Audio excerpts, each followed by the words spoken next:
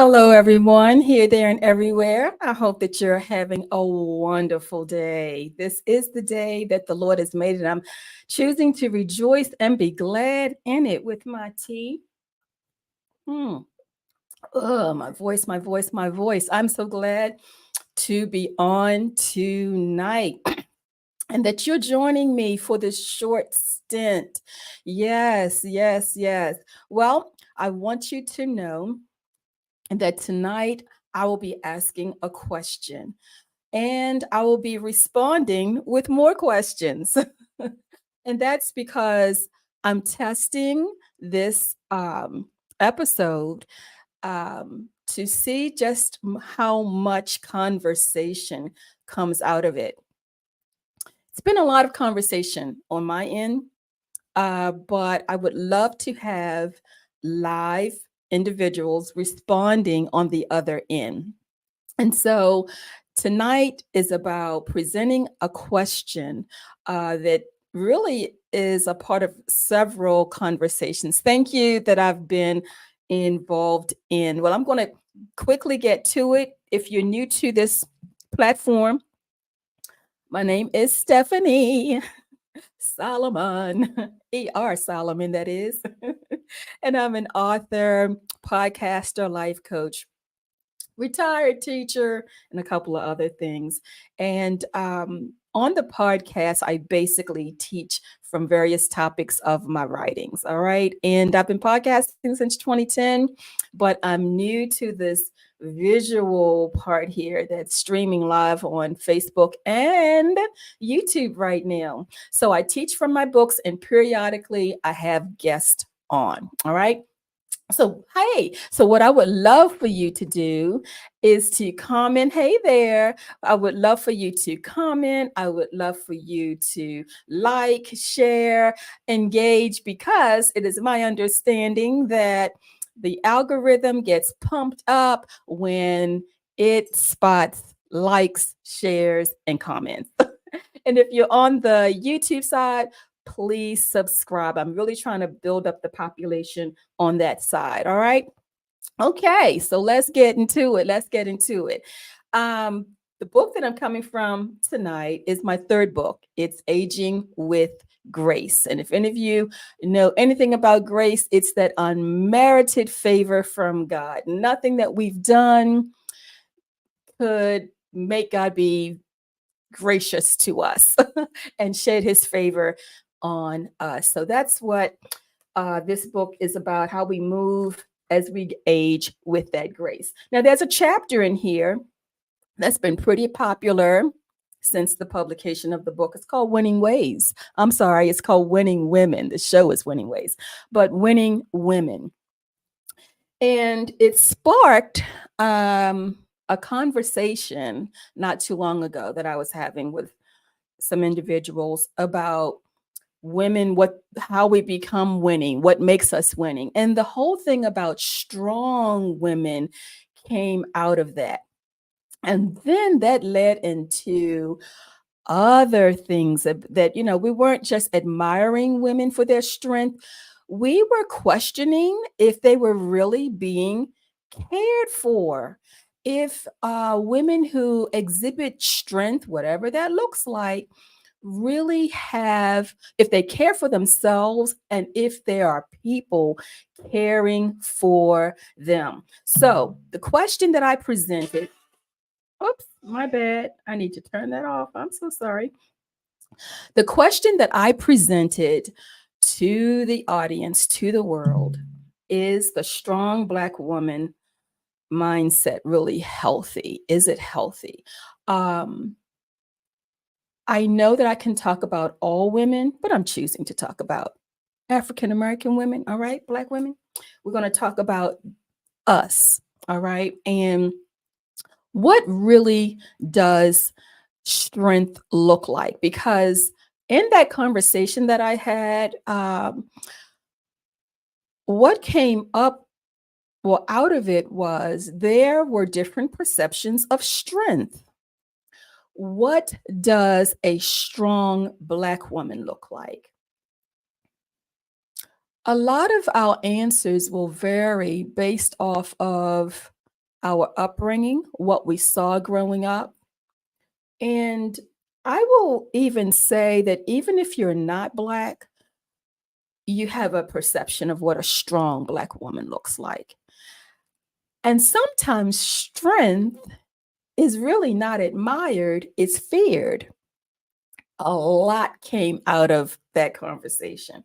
That is why I'm calling this part one, really, because this really requires a lot of conversation. Now, with these questions that are being presented, I'm not getting in tonight what's right, what's wrong, what you should do, shouldn't do.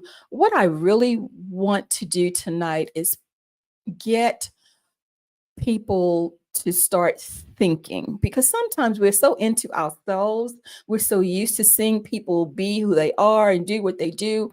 Sometimes we don't consider certain things that we ought to consider. So, what I did, some of you were so kind to follow through on it. I put up a poll. All right. I put up a poll to see how some people felt about the whole idea of healthiness, if strength actually reflects healthiness. And I didn't want to get too deep into whether I'm talking about mentally healthy, physically healthy. I just wanted people to use their own perceptions, because that was the reason why the conversation was so lengthy and, oh my God, it was deep, because people had different perceptions. So what I'm going to do is put up, because I'm going to close that poll down really soon, but I'm going to put up some of the results, or the results. So bear with me, because this is the first time, you guys, and I love fooling with this technology here. So I'm going to present the poll. All right. And I hope you all can see it. I'm going to share. All right. I hope it's sharing. Nope, it's not sharing. So let's present again. Share screen. There we go. And this is the poll and its results. So the results say, with the people who participated, up, up, up, up, up. That's not what we want to see. 67% say that being strong for Black women is a healthy thing. 22% said no. And 11%, that changed because just a few minutes ago, it was a little different, said that they were unsure. Wow. So 67% say it's a good thing. They're healthy. To be strong is healthy. What I want to present to the listeners and the viewers is, what does strength look like? Because this is what caused the conversation that I was in, not to go left or right, but to go deep. So what is strength for a Black woman? What does it look like? I learned through that conversation, and through another conversation, it wasn't as deep, but what I surmised from all of that, it depends on who you ask. Strength depends on who you ask. What does it look like? We can go from being a single mom, managing a whole household on her own, not giving in to her feelings, not to neglect others, constantly caring for others. It went on and on and on. The biggest thing that I heard, though, in all of the responses was caring and looking out for others. Looking out for others. Now, I also surmise from that conversation that depending on who you ask, created a varied response, because people have their history, their backgrounds, and their imagery imagery, imagery from whether I'm asking someone who's a baby boomer or a person who was a, I don't even know what they call the generation. What is the greatest generation? I don't know what the generation is before the baby boomers. What kind of response you'd get? Um, a lot of it was depicted off of their own experiences and what they saw on television or Hallmark cards or Norman Rockwell type of imagery. Leave It to Beaver, The Cosby Show. It really depends on what people experience and what they are exposed to. And even if we have two diverse upbringings, there's still this it was an overwhelming um, conclusion of what a healthy, strong Black woman looked like. And it was mostly from what we saw on television, what we see on TV, the imagery. Imagery plays a lot. So this leads me to another question. Remember, this is all about questions and jump in at any time. Are we glorifying the wrong attributes? Are we enabling and justifying harmful behaviors? Well, why would you say that, Stephannie? Being strong is a good thing. Well, again, what is strength and what does it look like? And if I am being strong, I believe that ought to be celebrated, and I believe it ought to be acknowledged.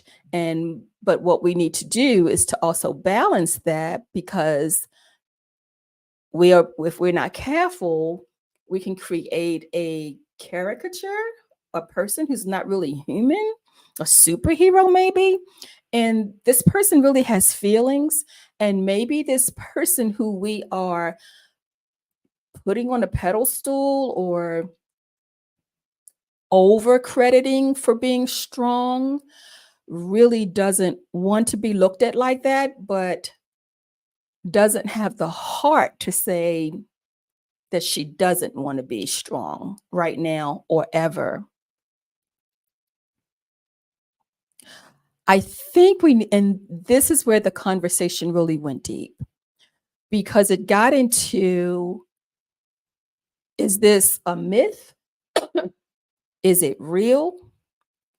And is it really something that Black women ought to be buying into? Because many strong Black women are not taking care of themselves. And I don't want to get too far ahead of myself.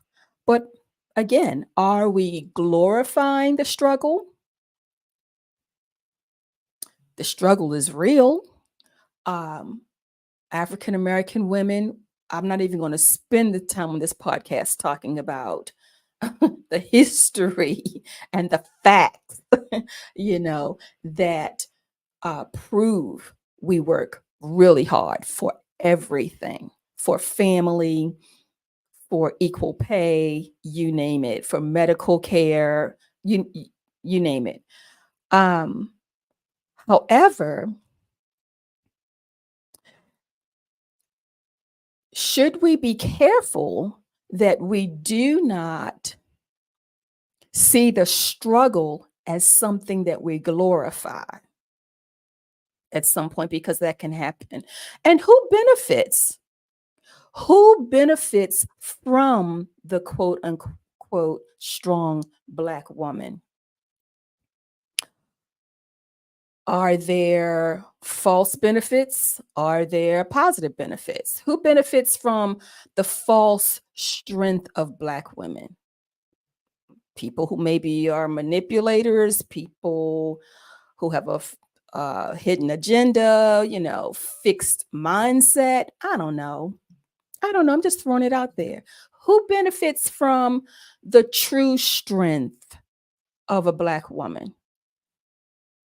Could it be people who have a growth mindset, people who don't want to keep doing the same old thing and getting the same old results? I don't know. I'm hoping that this conversation produces self-care and soul care, because if you've been watching me or listening to any of my podcasts and adhering to anything that I write, you do know that soul care is at the top of one of my concerns. I am a soul care advocate. And I want us to see how this whole thing with the strong Black woman, thank you, merges, has a lot to do with soul care. All right, going to take a quick break. Black Friday and Cyber Monday are right around the corner. Treat yourself or someone you really care about to some good soul care with help from Evolve for Life. I'm here to help you through your journey. Oop, okay, I'm back.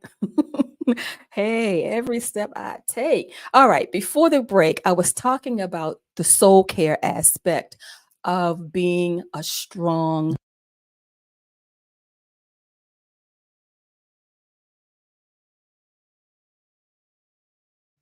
There around here. Okay, so the soul care aspect of where am I losing my notes? The soul care aspect. Okay, is there self neglect when you're the strong Black woman, being available for everyone else? Mm.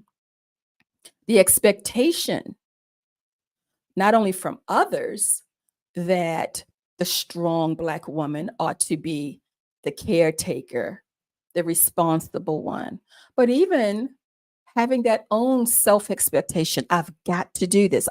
How many times have I heard that? If no one does it, it won't get done. Really? You really believe that? I wonder sometimes, does one hope that? Because sometimes we can buy into that identity for various reasons. Maybe we're not seen at work. Maybe we're not heard. We don't have a voice. People see through us in the marketplace. I don't know. But in this particular arena, everyone depends on me. Everyone needs me. I have the answers. I'm the go to person. I'm the person with the keys. Someone just may like that. I don't know. Just asking.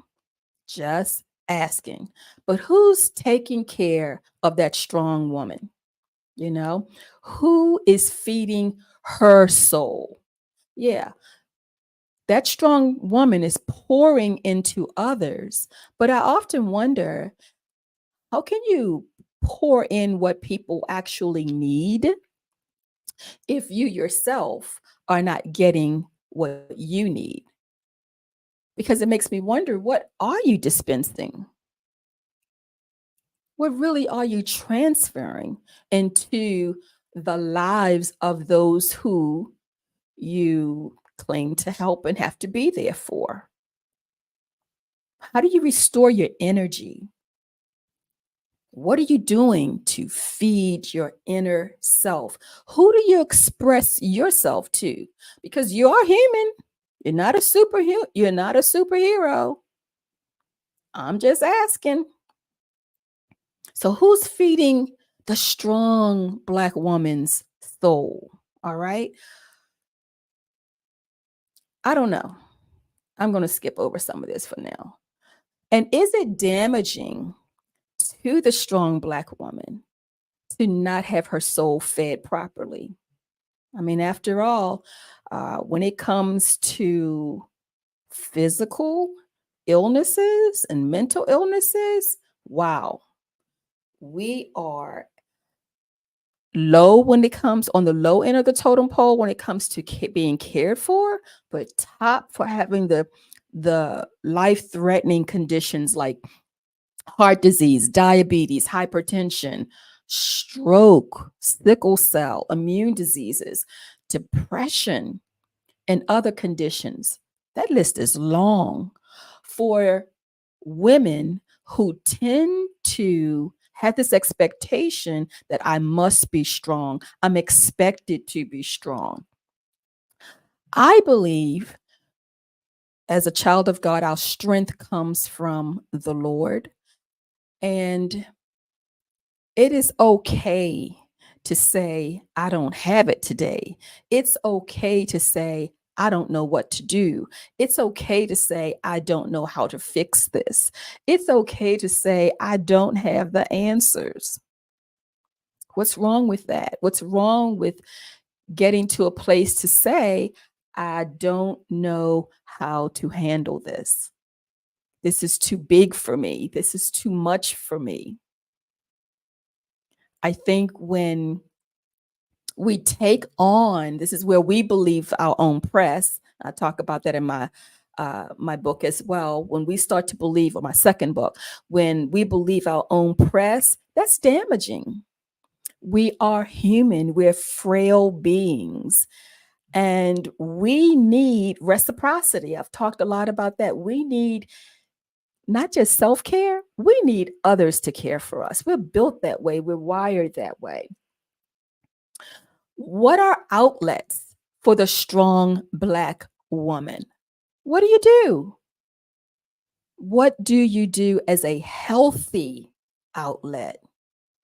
Because the truth of the matter is, there has to be an outlet. We're wired that way.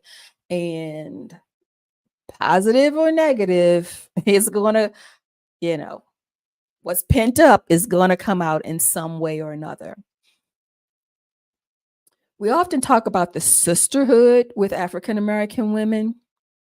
Depends on what hood you're in, really, because sometimes a sisterhood is not as good as we like to give it credit for. It can be toxic and it can fester, it can perpetuate, it can really work to continue dysfunction. Absolutely. And not really hold another sister accountable to do the things that she must do to live her healthiest life and become her best self, and to break a cycle that could be something she imposed on herself. It could be something that she saw um, worked out in her family. She could be repeating what her mother, her siblings, her sister, her aunties and grandparents, grandmothers did. Who knows what she sees the neighbors do? It's an expectation. But is it healthy? I'm not saying it needs to stop whatever she's doing to be strong.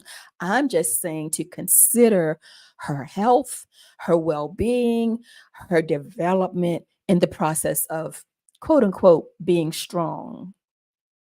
I believe that at some point, all of us have to be deprogrammed. Deprogrammed so in our thinking about what a strong Black woman looks like, and be able to stand alone if we have to, with that truth, because it may not be in agreement with the masses when it comes. And I'm not saying being selfish about it, but being self-aware of what my quote unquote strength is doing, being strong is doing to me and doing to others. So with that dysfunction, I believe we have to deprogram ourselves. You know, I'm a life coach. I'm not a certified quack. I'm not a certified psychiatrist, psychologist, clinician, or counselor. I have acquaintances who are, and I love talking to them about things like this. But even as I work with adults, I see this. I see women who have a very hard time letting go of the armor and putting it down and even advocating for herself. Mm. We as women, especially Black women, have not been taught how to express our needs. And when we try, many of us walk through like a landmine because we don't want to be considered or perceived as the angry Black woman, the itch, you fill in the first letter consonant, but we don't want to be considered as her. And at the same token, we don't want to shrink either and become a shrinking violet, because we don't want to go against the grain and offend other people, but we suffer and our health shows it. So I just believe that we need to be deprogrammed. Oh yes, about the way we think, um, which encompasses actually relearning and unlearning some things. Absolutely. And ultimately, an intentional woman who does that is winning. Yes, she's winning. We don't win all the time. We don't win every battle, but the ultimate war we can win when we get up and start again and keep moving to deprogram, deregulate poor thinking, stinking thinking, as a friend of mine calls it. Yeah. And in so doing, we become delivered. And for many of us, it's progressive. All deliverances aren't instant. It's a progressive deliverance, because we're just peeling off layers and layers of misinformation and just waywardness. All right, all together waywardness. All right, I'm about to bring this to a close with another question to present to you. All right, what does that strength look like? Stay with me. I'll be right back. Baltimore author Stephannie Solomon has released her third book, Aging with Grace. Messages from Aging with Grace targets girls and women of all ages. Learn Christ's perspective on sex, parenting, and more. Aging with Grace is available on Nook, Kindle, and anywhere books are sold. Hey, I'm back. All right, what does it look like? Again, it varies from person to person. People can may identify strength as a person who's tenacious, and a person may see it as a person who continues pressing through arduous situations, hardships. That's fortitude. They persevere no matter what. Times are tight, times are rough. They make do with what they have. They keep joy in the midst of it. They're smiling in the midst of it, but we do know that smiling faces do tell lies sometimes, right? So smile is not always an indicator that everything's right within the soul. It could be a mask and a way of keeping a distance. And I don't know how to say I'm hurting. I don't know how to say all is not well. I don't know how I'm making it. I'm going to make it, but hello. Because that's also expected. I don't want to appear mean. I don't want to be that woman, right? So, what does strength look like? Because people are watching, and we're looking at ourselves as we're measuring up. I find this is crazy how people have these false expectations of themselves. It's not always what others are expecting of us that can harm us if we listen to it. The wrong information, the wrong expectations, is what we put on ourselves too. Expectations that are not realistic. Strong women, I believe, know their limits, acknowledge their limits, work with what they have, believe for more, work hard, they're diligent, they put in the effort, they're accountable, they own up to their mistakes, their faults, their shortcomings, their weaknesses, and they put in the work to become better. Not perfect, but to become better. That's my version of strength. And they keep doing that as long as they physically can do it. I don't believe there's a cap on it. I love to see women who are my age and older still getting it in and showing strength emotionally, mental strength. There are so many women who have dealt with things that I cannot, I know I don't have the bandwidth for, you know. Um, and they have resolved some things and they have decided to live and not die. To live and not die and declare the illustrious works of God. Oh, yes. Oh, yes. That's strength to me. Strength is acknowledging trauma. Strength is acknowledging dysfunction in one's own life, in one's circle, one's tribe. Nothing's perfect. I believe strength is shown as a person works out the inconsistencies, the cycles. They become cycle breakers. It takes strength. I really believe it takes emotional and psychological strength, particularly, and physical strength, but especially emotional and psychological strength to break cycles, especially family cycles, expectancies, patterns of behavior that people expect. You know, I'm a family life coach as well. And there are patterns, excuse me, that some people only will function in and expect it. And there are people who are afraid to act or behave any other way than what is expected of them. And I have hats off to women who say, we're not doing that. I'm not doing that with you. All right. So the last question I have is, are there positive and punitive consequences for admitting that you don't want to be strong for others and you deeply want, mm, mm, mm, you want a life of your own. You want someone to reciprocate, to care for you. Are there consequences for that? I believe they are.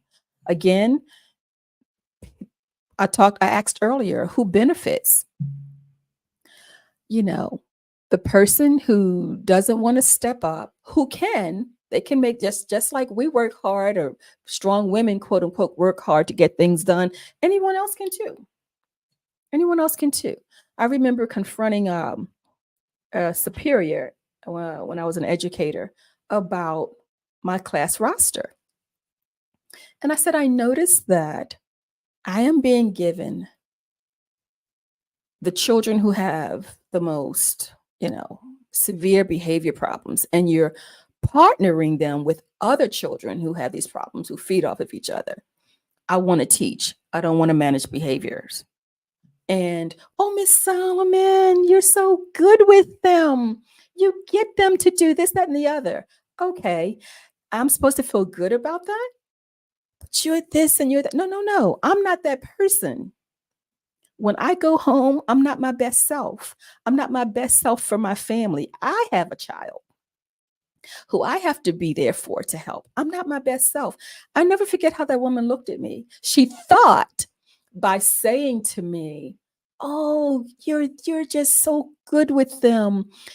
And I said to her, I said, what I do with them, we all went to school to learn to do with children who need behavior modifications. And my specialty is not even special ed. So no, this is not good for me. It wears me out. I love planning and seeing a lesson fulfilled. I don't like coming every day having to deal with these behaviors. It doesn't do well with me. And watch my peers not deal with them. Oh, no, no, no. We all went to school for this. Eventually, my situation changed, but I didn't care if they thought, well, oh, if I tell her that she's so great, that'll, no, no, no. I advocated for myself, letting them know, no, I have a weakness. I have a low tolerance. I have a cat. My bandwidth can't take all of this every day, 5 days a week, 6 hours a day. No, no, no. I'm not built that way. And the truth is, neither are you, but you're putting them on me. Not fair, not right. So my thing is, I had to teach myself advocacy, and I'm still a work in progress with that. I really am, because as Black women, we're not taught how to um, advocate properly, especially as young girls. Excuse me. And some, I'm hearing this a lot too, some who are in very high prestigious positions like the boardroom or whatever, they're really working hard to balance that life of how they talk in the boardroom and how they must soften themselves when they get home with their family, their spouses, and their children. Those are things that need to be talked about and discussed, because not talking about them and not sharing um, about the wins and the how-tos and good strategies that can work is costing many African American women their health, and their mental stability, as well as emotional stability. All right. I just wanted to put those questions out there. It's one of the, you know me, if you've been following me for a minute, I deal with the things that we talk about in little small pockets. Then we talk about it in this little pocket and that little pocket. But no, we're not talking on the grand scheme of things. And you look around, it's killing us. It's killing us. It's killing us. So, with that said, I am hoping that this question and the questions that I presented tonight will spark of a deeper conversation, and that I can have and invite individuals on and we can talk about this. I believe there are people who are winning because they found ways not to just survive, but they found ways to live and be at peace with themselves. They found a way. Yes, they found a way to thrive with all that is going on, and this, that, and the other. They found a way to make things happen. They found a way to make things work. Yes, yes, yes, yes, yes, yes, yes, yes. So, what I need you to do as I close out, and I thank you for stopping through, is to comment, comment, comment, engagement, engagement, engagement. Yes, like, share, and yes, comment. Please be ever so nice to just share. These algorithms over here, it takes some getting used to. And if you're on the YouTube side of things, please, please, please hit the subscribe right there. Yes, hit the subscribe. Yes, yes, yes. Thank you, everyone who participated in my experiment with the poll and using the share. I've never shared anything on the StreamYard platform before, but it was really cool. People who know me know I like stuff like that. So it was really cool. I really liked it. I really did. So look forward to a part 2 of this topic. I'm excited about it because it's deeply needed.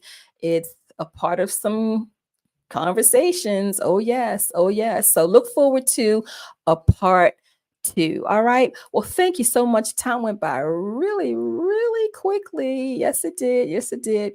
And I'm going to look forward to coming from my book again next week. I'm excited about a guest that I'm going to have on too, dealing with parenting from the parenting chapter of my book. So just listen up and, look out for who the guest is and all of that. All right. But thanks everybody for joining me. Have a great week and enjoy your day. Bye bye.